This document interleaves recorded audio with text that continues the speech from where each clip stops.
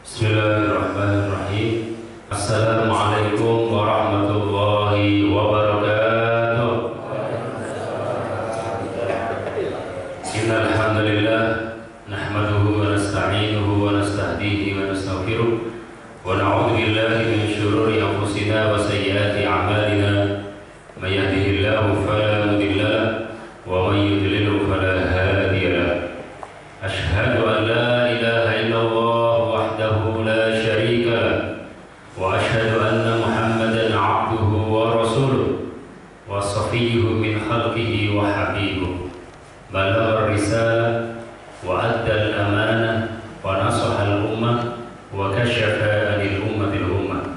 Allahumma shalli wa sallim wa barik wa 'azim wa karrim 'ala nabiyyir rahmah wa 'ala alihi wa sahbihi wa man sara 'ala darbihi wastanna bi sunnatihi ila yaumil qiyamah. Amma ba'd.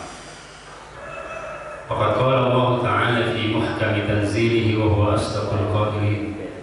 Hal yastawi alladhina ya'lamuna wal ladhina la ya'lamun innama yatadhakkaru ulul albab.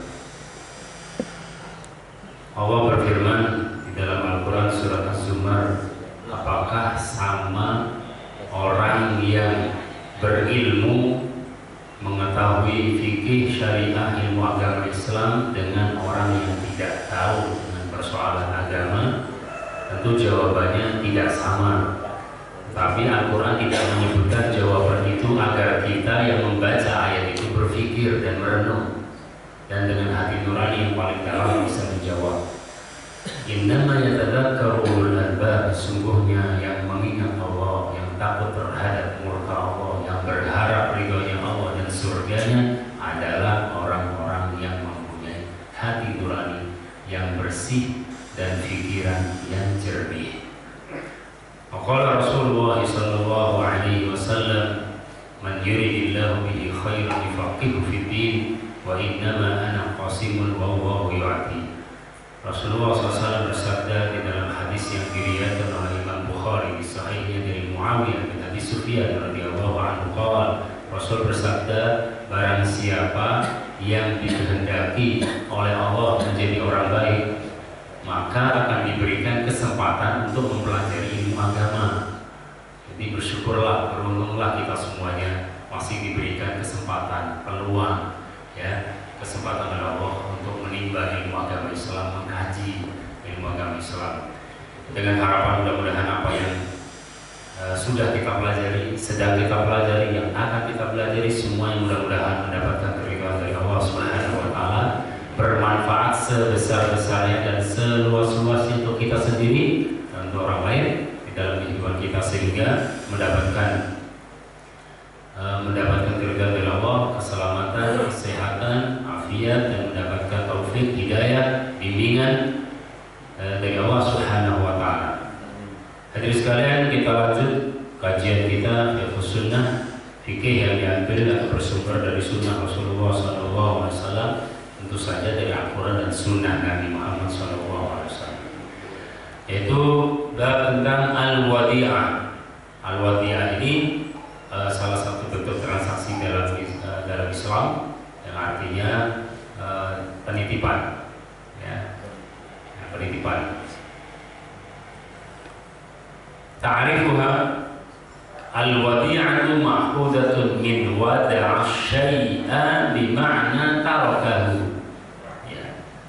Definisinya, wadi'ah itu adalah sesuatu, ya, ma'khudatun min wada'a, diambil dari kata, akar kata wada'a yada'u, ya, wida'an wada'a syai'a, artinya meninggal, bimakna tarakahu, dengan arti meninggalkan sesuatu. Kan menitip, kan, itu kan ditinggal barangnya. Titip sepeda di stasiun gitu, titip pesan. Titip pesan, ya, bisa dibilang titip pesan. Wasumya asyai'ul ladzi yada'uhu al-insanu, wasumya, dan dinamakan asyai'u, sesuatu, alladzi yada'uhu, yang ditinggalkan, al-insanu, oleh seseorang, indawari, pada orang lain, ya kan, liyahfadahu, agar disimpan, dijaga yahfazuhu lahu, ya, dibaginya bil wadi'ati disebut dengan wadi'ah. Jadi barang yang dititip itu namanya wadi'ah, ya, titipan, ya, titipan, ya. Kenapa? Li'annahu yatrukuhu, karena orang yang punya barang itu, ya, meninggalkan barangnya indal muwadda'i. Muwadda' ini ada muwaddi', ada muwadda', ada wadi'ah. Itu, ya, itu terminologinya atau kosakatanya, mufradatnya yang berkaitan dengan penitipan atau wadi'ah. Jadi ada wadi'ah, itu adalah titipannya, bisa dia juga transaksinya, ya, namanya wadi'ah. Ya, itu di bank muamalah, ya, bank syariah itu ada transaksi, namanya wadi'ah. Ya, ada mudharabah. Kalau mudharabah kan investasi bagi hasil. Kalau ada lagi ini wadi'ah, nitip, kita nitip uang, ya. Li'annahu yatrukuhu indal muwadda', jadi ada wadi'ah, ada muwadda' pakai fathah, muwadda' ada muwaddi'. Ya, kalau muwaddi' adalah orang yang nitip, orang yang menitipkan barangnya, itu namanya muwaddi'. Orang yang dititipin, ya, kalau kayak sepeda motor atau mobil, ya, di penjaganya itu, pengurus dan penjaganya, pengelolanya disebut dengan muwadda', ya, pakai fathah. Hukmuha, ini paling penting, apa hukumnya, kan, gitu kan? Hukumnya boleh nggak, gitu. Hukmuha, maka penting dalam setiap kegiatan kita, Pak, dipastikan hukumnya itu, ya, jelas gitu di dalam agama. Gimana hukumnya? Selalu kita bertanya, ini hukumnya apa ya, gitu. Harus bertanya. Kalau nggak tahu, bertanya pada yang ahlinya. Hukmuha wal ida' wal istida', ya, baik menitip maupun yang dititipkan barang, jaizani, hukumnya boleh. Jadi wal wadi'atu jaizatun syar'an. Jadi wadi'ah, akad wadi'ah, transaksi wadi'ah itu hukumnya apa? Boleh. Ya, kenapa? Karena ada kebutuhan manusia dan Islam selalu, ya, mengayomi dan membahas juga menyelesaikan persoalan yang berkaitan dengan kebutuhan manusia atau masyarakat. Wa yustahab, dan disunahkan qabuluha, menerima titipan, liman ya'lamu, bagi orang yang mengetahui an-nafsihi, ya, dirinya al-qudrata, mampu ala hifdhiha, untuk menjaganya. Jadi kalau mampu untuk menjaga barang titipan, itu disunahkan untuk menerima. Berarti kebalikannya, ya, kalau nggak mampu jangan diterima, Pak. Ya kan, mau penitipan sepeda dan mobil kagak ada tempatnya. Ada di rumah kecil banget itu, terus ditinggalin sama dia punya kerjaan lain. Jangan, nanti hilang tuh titipan orang, ya. Jadi kalau nggak yakin, nggak mampu gitu untuk menerima titipan, maka jangan diterima. Tapi kalau mampu, ya, dan memang profesinya dan dia sudah profesional, maka hukumnya sunnah. Ya, mustahab. Ya, mustahab artinya mustahab itu sunnah. Ya, itu berarti kuncinya di mana? Mampu nggak, gitu, ya? Mampu nggak dia menjaga? Gitu, ya. Kalau nggak mampu, berarti jangan diterima. Kalau mampu, silahkan diterima. Wajibu, dan hukumnya wajib. Wajibu dan wajib alal muwadda'i. Nah, ini pakai fathah dalnya, bukan muwaddi', jadi muwadda'.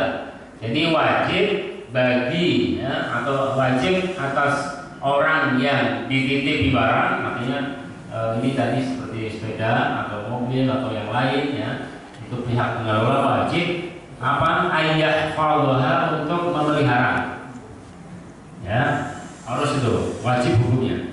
Nanti kalau enggak, kalau dia teledor, berdosa, ya, atau berkhianat, berdosa. Al-yahfadha, untuk menjaga barang titipannya, fi hirzi misliha, hirzi di dalam tanggung jawab dia, ya, atau dalam kewenangan, bisa jadi artinya hirzul ini otoritas. Artinya kalau dia punya wilayah dia, gitu kan, misalnya parkir di stasiun mana, kalau itu ke sini, ada stasiun. Sudimara. Sudimara misalnya. Ya, Sudimara, ya kan? Itu kan ada wilayahnya kan ya, parkir tempat dia kan. Nah, itu dia punya kekuasaan di situ, karena mungkin bisa dia sewa atau dia punya sendiri. Nah, gitu. Bukan mengambil tanah orang lain atau tanah sengketa dan sebagainya. Jadi penuh haknya dia, sehingga dia bisa menjaga barang itu dengan baik. Wal wadi'atu, dan akad wadi'ah atau penitipan ini amanatun, amanat. Ya, enggak sembarangan, ini amanat. Ya, amanat yang diberikan Allah kepada orang itu. Ya, pada dasarnya ketika orang mendapatkan titipan atau mendapatkan jabatan, itu amanat. Termasuk anak. Ya kan? Anak itu kan titipan Allah kan? Amanat. Dititipin sama kita. Kita dititipin tuh. Jadi sebenarnya kita yang punya anak ini adalah seperti itu tadi, seperti pengelola penitipan motor. Dia kan tadi ambil lagi kan punya, benar nggak? Yeah. Ada orang nggak terima diambil anaknya. Itu sama aja orang yang dititipin sepeda motor, ya kan dia kerja sore balik gitu kan, dari kerjaannya dari kantornya mau ngambil motornya di Sudimara stasiun, nggak boleh, nggak bisa boleh. Aneh kan? Ini kan barang saya, ini motor saya, ini STNK-nya ini mas. Enggak, alasan macam-macam. Itu sama aja orang tua yang dititipin anak, ketika anaknya diambil oleh Allah lebih dulu, dia nggak menerima. Padahal anak itu ya apabila orang tua ditinggalkan oleh anaknya ya, dengan keadaan ikhlas dan beriman menerima dengan takdir dan qadarnya Allah, maka anak itu akan menjadi investasi akhirat, tabungan akhirat. Ya, begitu di dalam hadisnya, faratan masalahkan. Artinya faratan itu menjadi tebusan dosa-dosa dia, yang menjadi tabungan untuk orang tuanya. Kemudian wal wadi'atu amanatun 'indal muwadda'i yajibu radduha, wajib bagi orang yang dititipi ya untuk mengembalikan barang titipan, wajib ya. Indama yatlubuha sahibuha, ketika diminta. Ya kan? Ya udah nitip berapa jam? Berapa satu hari ya gitu kan ya. Kalau parkiran jamnya biasanya satu hari 5.000 kalau motor, kalau mobil bisa 10.000. Lumayan juga itu bisnis itu Pak ya. Ya. Iya, memang itu bisa dimana kan depannya itu kan yang warung Padang itu dirubah jadi parkiran jadi di depan sepeda itu. Ya, kalau diuntung begitu mungkin. Yajib radduha, wajib dikembalikan indama yatlubu sahibuha. Yaqulu Allah Subhanahu wa ta'ala, Allah berfirman di dalam Al-Qur'an surat Al-Baqarah ayat 283, yaitu bunyinya fa in amina ba'dukum ba'dan falyu'addil ladzi tumina amanatah wal yattaqillaha rabbah. Ya. Wala yabkhas minhu syai'an. Artinya apabila kalian saling percaya dan saling memberikan amanat, ya ini ayat ini luar biasa Pak. Ayat ini bisa dipakai untuk apa aja. Jadi Al-Quran itu sifatnya universal dan relevan. Jadi nggak teknikal gitu. Kenapa? Nanti jadi acuan. Ini bisa diterapkan dalam masalah wadi'ah, bisa diterapkan dalam masalah mudharabah, bisa diterapkan dalam masalah perwakilan, taukil, wakalah, bisa juga diterapkan dalam masalah akad-akad yang lain. Itu bisa dengan ayat ini. Ya, artinya apabila kalian saling saling percaya, kemudian melakukan akad, maka falyu'addil ladzi tumina amanatan, harus dijalankan amanat sesuai dengan perjanjiannya. Ya, gitu. Wal yattaqillaha rabbah, takutlah kepada Allah, bukan takut pada orang itu, tapi takutnya kepada bahwa melaksanakan amanah, menyalurkan amanah, ya tidak berkhianat, tidak menggunting di dalam lipatan, tidak menyelundup, tidak berkhianat, itu adalah perintah Allah, bukan perintah daripada MOU, ya kan? Di dalam kontrak kerja misalnya, bukan itu, tapi memang Allah menyuruh itu dan Rasulullah memerintahkan hal itu. Kita jujur, kita tidak khianat, kita menjaga amanah, itu adalah perintah dari Allah. Ketika istri taat kepada suami dan dia menjaga kepercayaan dari suaminya, dijaga anaknya, jaga rumahnya, dijaga keuangannya, diatur keuangannya, manajemen ininya, rumah tangganya. Itu sebenarnya bukan dari suami, Pak. Ya Bu ya, bukan dari suami, bukan. Itu adalah perintah Allah dan Rasulnya. Kalau karena suami, nanti takutnya kecewa. Kalau karena manusia, biasanya kecewa, cepat atau lambat itu. Kita menggantungkan diri sama orang nih, ya kan? Pokoknya mendapat duit dari dia, bukan dari Allah rezeki. Dia ngantungkan sama orang. Begitu apa namanya di PHK karena bangkrut, kolaps misalnya, langsung jadinya stres, kecewa. Kenapa? Karena menggantungkan diri kepada manusia. Maka gantungkanlah diri kita, serahkanlah diri kita ini kepada Allah Subhanahu wa taala. Maka tidak akan kecewa. Maka dapat dalam hadis dan sudah lewat yang teman pertemuan yang lalu tentang hadis, yaitu hadis di Imam Tabrani, ya, bunyinya ini dari Imam Tabrani dari Ubay bin Ka'ab, qala sami'tu Rasulullah sallallahu alaihi wasallam yaqul, saya mendengar dari Ubay bin Ka'ab. Ubay bin Ka'ab ini sahabat yang suaranya bagus, Pak. Waktu sholat tarawih, saat dia mulai itu Umar bin Khattab dijadikan dia sebagai imamnya. Ya, suaranya bagus. Ya, tajwidnya bagus, suara bagus, jadi imamnya para sahabat itu Ubay bin Ka'ab radhiyallahu anhu. Qala sami'tu, aku mendengar Rasulullah SAW bersabda, adil amanata ila man i'tamanaka. Ya, kamu laksanakan amanat, salurkan amanat pada jaga kepercayaan orang yang memberikan kepada susah. Pada kepercayaan susah nggak? Susah, dapat trust itu nggak gampang. Paling kayak lembaga atau lembaga donasi, ya, kayak tentang zakat segala macam, itu sangat bergantung kepada kepercayaan. Ya. Dan kalau udah berkhianat itu sudah sulit. Masyarakat nggak percaya lagi di blacklist, ya. Kayak saya ada tukang, dia dikasih kepercayaan gitu, bisa ngebor gitu dengan material, tapi dia kabur, ya. Jadi kontrak di Jakarta terus dia kabur gitu, bawa uang. Jadi dia borong rumah gitu ya, sekitar 500 juta, terus baru dikerjakan, dia mandornya, baru kerjakan berapa bulan nggak selesai itu, dia pulang aja gitu, nggak diterusin, ya kan?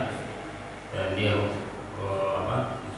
gini ke material gitu ya, dengan alasan masing-masing bohong itu, terus dia padahal udah dikasih kepercayaan. Berarti banyak orang yang diberikan kepercayaan tapi disalahgunakan kepercayaan. Padahal udah berat loh dapat kepercayaan. Oh, ini dia dipercaya itu udah luar biasa. Tapi yang lebih berat itu sebenarnya menjaganya, ya kan? Menjaganya itu lebih berat lagi. Dapatnya memang berat, tapi lebih berat lagi menjaganya. Dia harus menjaga amanah tuh, ya, sesuai dengan peruntukannya, sesuai dengan syarat dan perjanjiannya. Wala ta'khud, jangan sekali-kali kamu berkhianat pada orang yang memberikan kepercayaan padamu. Udah habis itu nggak percaya lagi. Rawahu aidan Abu Dawud wa Tirmidzi an Abi Hurairah, diriwayatkan juga oleh Imam Abu Dawud dalam sunannya dan Imam Tirmidzi dari Abu Hurairah bahwa hadisun hasan. Hadisnya hasan, artinya apa hadis hasan? Itu status yang tengah antara lemah dengan sahih. Jadi hadis itu ditinjau dari segi, sedikit aja sebagai selingan ya maklumat. Hadis ditinjau dari segi kualitasnya atau statusnya, itu ada 3. Ada hadis sahih, di tengah ada hasan, di pinggir ada dhaif. Oh, kan ada hadis palsu. Sebenarnya hadis palsu bukan hadis, karena Nabi nggak mengatakan itu dari para ulama. Dan hadis palsu bukan hadis dia. Hadis palsu kan itu mengatasnamakan bohong, mendustakan dari Rasulullah SAW. Padahal Rasulullah mengatakan itu, dia katakan itu. Misalnya dalam masalah nikah mut'ah, baru siapa yang nikah mut'ah maka akan diberikan bidadari 70 surga. Itu dari mana? Ya kan, itu ngarang-ngarang, itu palsu hadisnya. Ya, jadi bukan hadis, tapi itu ulama ya, dalam pembagiannya dimasukkan ke dalam hadis supaya lebih cepat paham. Padahal hadis itu secara kualitasnya bagi 3 doang. Jadi ada hadis sahih, hadis yang sahih, ya, hadis yang hasan, dan hadis yang dhaif. Yang sahih bisa dilaksanakan, bisa dijadikan sebagai sumber, ya, hujjah, ya, legitimasi hukum. Yang hasan juga sama, cuma derajatnya lebih rendah. Yang dhaif itu perbedaan ulama. Kalau dhaif yang dengan apa?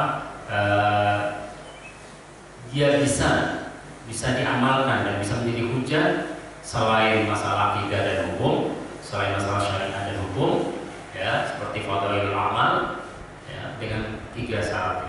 1, hadisnya nggak lemah banget sampai palsu. Kedua, masih ada hadis-hadis penunjang yang lain. Yang ketiga, masih ada payung hukumnya dalam syariat Islam. Itu boleh. Ya. Jadi seperti itu ya. Detailnya dari ulama ahli hadis ya, yang disampaikan oleh Imam Al-Hafidh Ibnu Hajar, ya Abdul Fadl Syihabuddin Ahmad bin Muhammad Ibn Ahmad Ibn Ali Ibnu Hajar Al-Asqalani tahun 785 Hijriah. Ya, dalam kitabnya Nuhbatul Fikr dengan syaratnya Nuzhatun Nazar fi Mustalah Ahli Asar. Ya, itu di kitab itu ada tentang pembahasan hadis dhaif. Oke. Sekarang dhamanuha. Dhamanuha ini sudah masalah tanggung resiko. Kalau ada terjadi resiko gimana? Resiko misalnya hilang, titipannya hilang, titipnya hilang, gimana itu? Ya, atau rusak, ya motor spionnya, kalau misalnya dia keburu-buru gitu, ya mau standar jatuh itu, pecah spionnya, pernah motor baru lagi, ya kredit pula, aduh. Kalau hidup kita kan sukanya kredit, ya. Nanti pusing begini kreditnya. Dhamanuha wala yalman, dan tidak ya dalam tadi ada perbedaan pendapat. Wala yalman salah satunya wala yalman tidak menanggung al-muwadda, orang yang dititipi, illa kecuali bitaksir, dengan ceroboh, teledor, sengaja, misalnya sengaja gitu, iseng gitu di bannya gitu kan, di coret-coret atau dipakai batu, taunya bocor, ganti, ya kan? Karena dia sengaja teledor, ya kan? Harus dia jaga, nggak usah diapa-apain, ya.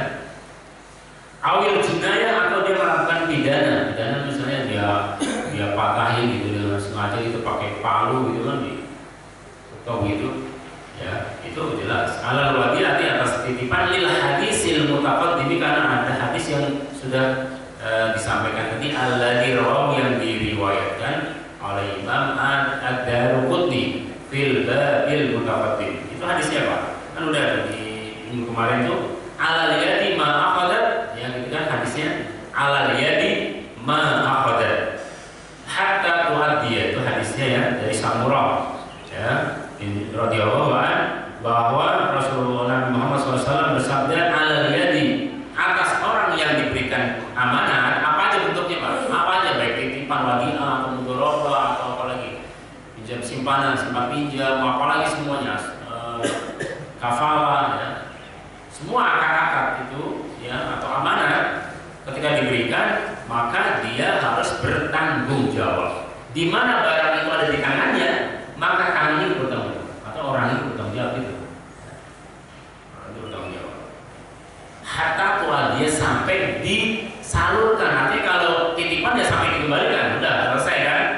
Tapi selama titipan masih ada di dalam tangannya, maka dia harus bertanggung jawab. Kalau terjadi resiko kerusakan dan kehilangan, maka dia bertanggung jawab. Ya. Kecuali tadi ya, kecuali faktor alam, misalnya longsor. Ini nggak tahu ya, pokoknya longsor. Ini kan dari alam. Ya, maka itu gempa misalnya. Jadi gimana untuk ganti, gimana dia aja itu pas-pasan misalnya nggak bisa gitu, nggak mampu, ya gimana lagi, ya kan? Tapi aturan kalau di undang-undang kita bagaimana kalau seperti itu? Nggak tahu. Kalau sekarang kayak juga enggak ya?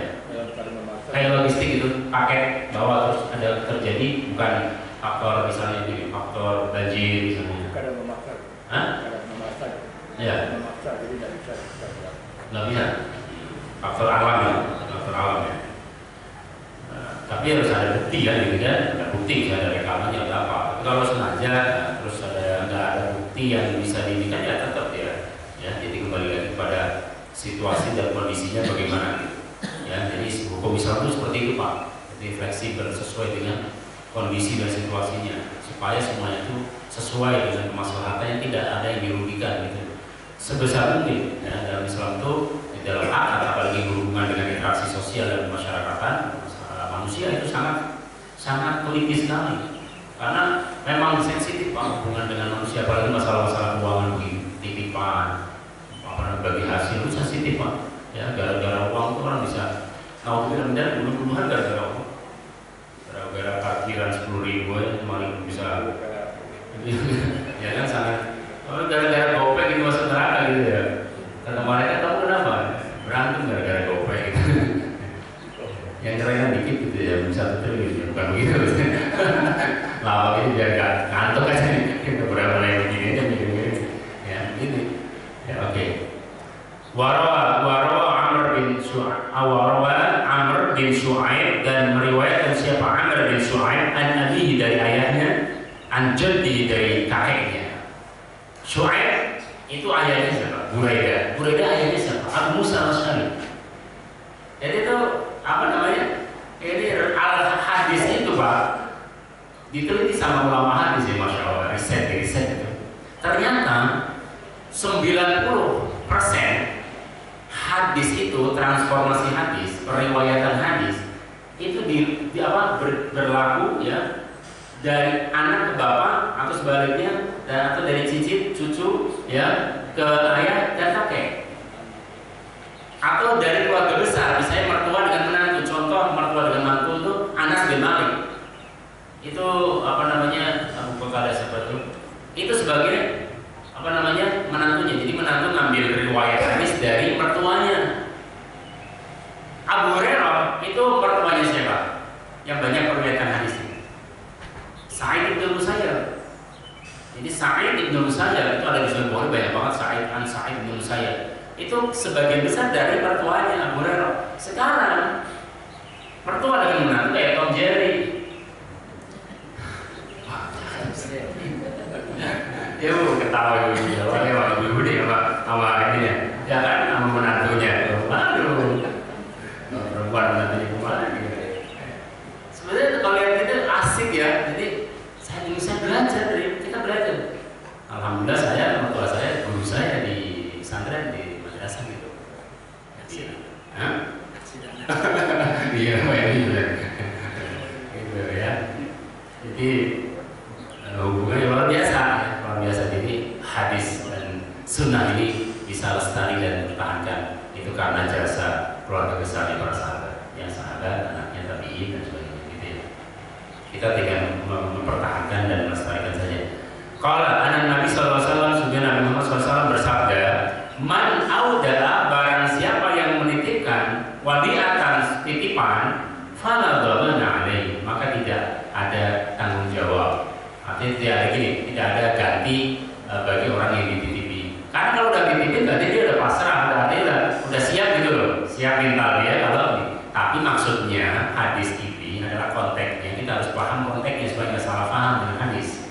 Konteksnya maksudnya Rasulullah tadi ya, apa namanya, bila terjadi risiko ini secara alamiah, natural, alam, faktoral, bukan faktor kesengajaan dan keteledoran.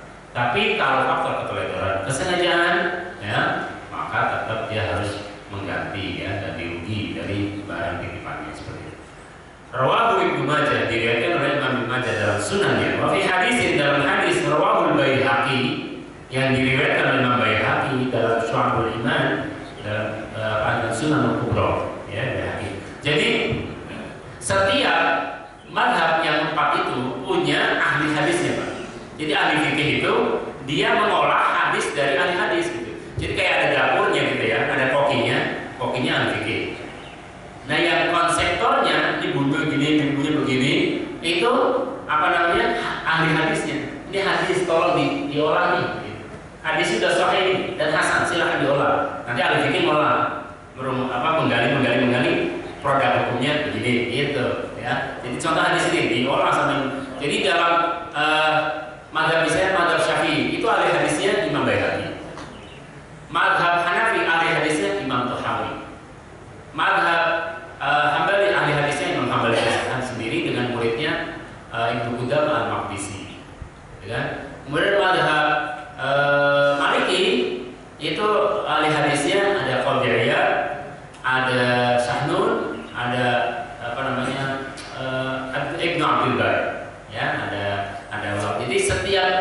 masya Allah ya, setiap syariah, setiap madhab yang Ahlussunnah wal Jamaah itu ada ahli hadisnya masing-masing, gitu ya. Jadi mereka kuat secara nasnya, secara dalil naklinya, Al-Quran maupun hadisnya. Al-Imam Baihaqi meriwayatkan di dalam Sunan Al-Kubra, la dhamana 'ala mu'tamadin, tidak ada ganti atau ganti rugi ala mu'tamadin bagi orang yang diberikan kepercayaan. Kalau Anda sudah percaya, sudah. Kalau sudah berikan kepercayaan sepenuhnya, gitu kan? Nah, tapi tadi sekali lagi kembali kepada faktor ya, sengaja atau tidak, ya, ceroboh atau tidak.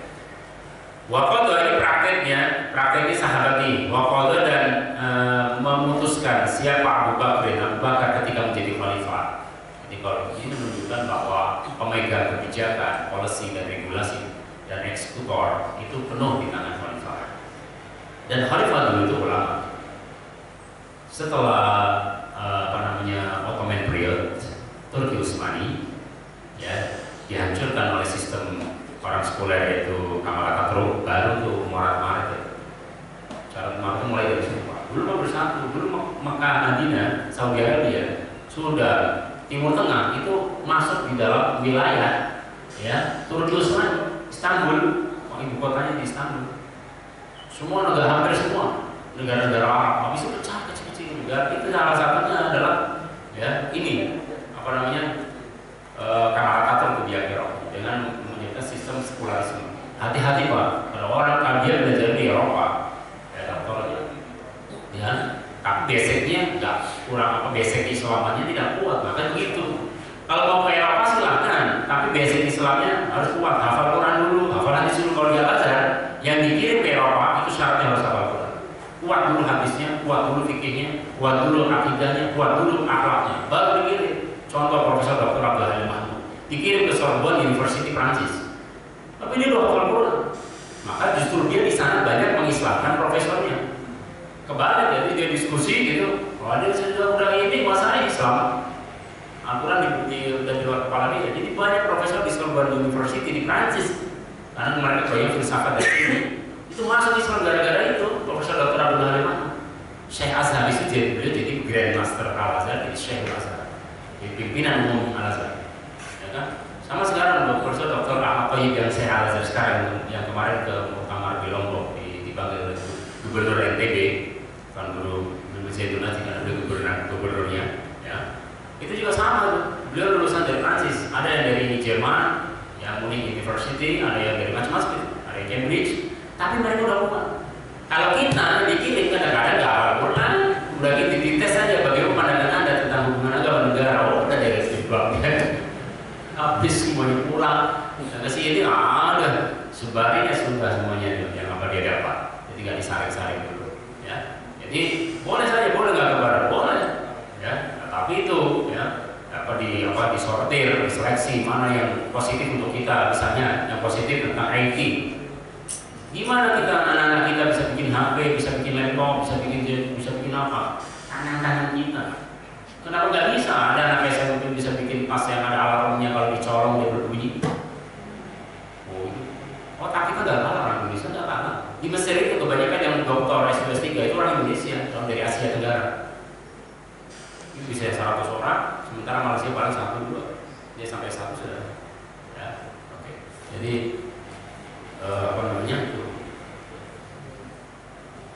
bagaimana tadi ke situ?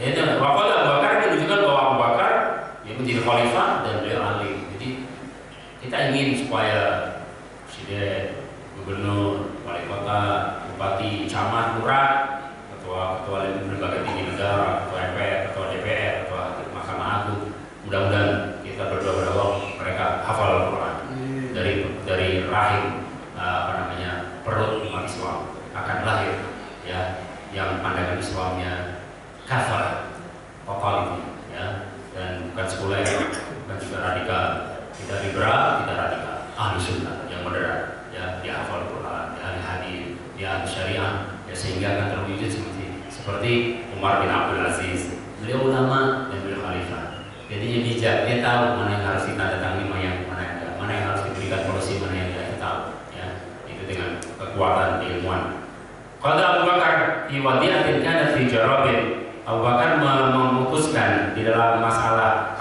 titipan. Jadi ada titipan kemudian rusak, tapi nggak sengaja. Kemudian dilaporkan ke Abu Bakar. Maka Abu Bakar mengatakan kalau tidak sengaja dan memang faktor alam, ada nanti nggak perlu diganti. Karena itu faktornya tadi, ya kan, alam seperti banjir, longsor, gempa dan lain sebagainya. Waqad istauda'a dan Urwah bin Zubair telah menitipkan barangnya kepada Abu Bakar bin Abdurrahman bin Haris bin Hisham malan min mali Bani Mus'ab. Dia nitip barang itu di Urwah. Urwah ini sepupunya Aisyah, nitip barang ke saudaranya, Abu Bakar, saya nitip barang. Kemudian barang itu rusak, ya, tapi karena alam, faktor alam. Fa usibana dengan Abu Bakar, fa arsala ilaihi Urwah an la dhamana alaih. Nggak perlu diganti karena ini faktornya faktor alam, tidak sengaja. Kalau Abu Bakar itu anda teman ya, dia mengatakan dia saya tahu bahwa memang kalau kondisinya bukan sengaja ya gimana lagi gitu kan. Ya. Tetapi pada ujungnya juga sebenarnya semua transaksi pada ujungnya itu sesuai dengan keridhaan, ya, dari masalah kesepakatan, keridhaan dari semua pihak. Ya walaupun secara fikih seperti ini nggak ada ganti gitu kalau dia nggak sengaja, ya, tapi kalau dia nitipin barang itu miskin dan dia cuma barang itu sebagai ya benar-benar menjadi andalan gitu kan, misalnya nitip sepeda motor, sepedanya cuma satu sebenarnya, terus yang nitipin itu orang kaya banyak, ya masa ya kan, ya nggak segitunya gitu ya, tetap ada musyawarah, bisa jadi misalnya setengahnya diganti, ya kan, jadi meringankan gitu. Karena pada dasarnya prinsipnya kalau muamalah dalam Islam itu saling membantu, saling menolong dan sebagainya. Ya begitu ya, prinsip-prinsip itu harus dikedepankan. Qabul qaul muwaddi', kalau terjadi kerusakan wa jada'an muwaddi' kalau memang titipannya rusak, kemudian orang yang dititipi itu mengatakan bahwa ini tidak sengaja dan ada buktinya, maka diterima. Tapi kalau tidak ada buktinya tidak diterima. Bagi sekarang alat bukti itu sangat menentukan, ya. Kalau nggak ada buktinya susah. Waqad mana Umar juga pernah memutuskan untuk mengganti titipan Anas bin Malik. Jadi Anas pernah menitip kepada Umar dan rusak, itu diganti karena tadi mungkin ada sedikit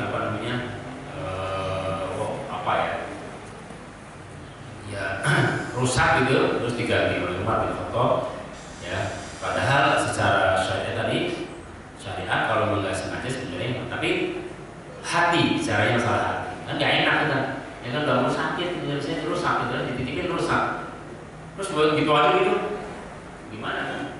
Secara masyarakat kita paling budaya timur ya, itu sangat ya tidak etis lah gitu. Mana tawaid dawati atau diwani terakhir, barang siapa yang meninggal dia masih ada titipan, Pak. Barang siapa meninggal gitu ada titipan barang sama dia, itu gimana? Mana ya, makanya nih Pak, hubungan sama manusia itu ya dikelirkan lah sebelum meninggal gitu. Kita nggak akan meninggal, makanya kalau bisa tanggungan orang lain itu diminimalisir.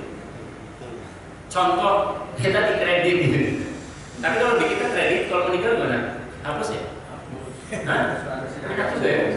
Bener ya? Gimana? Misalnya kredit motor nih, ya 5 tahun, baru bayar 3 tahun, terus meninggal, itu gimana? Hah?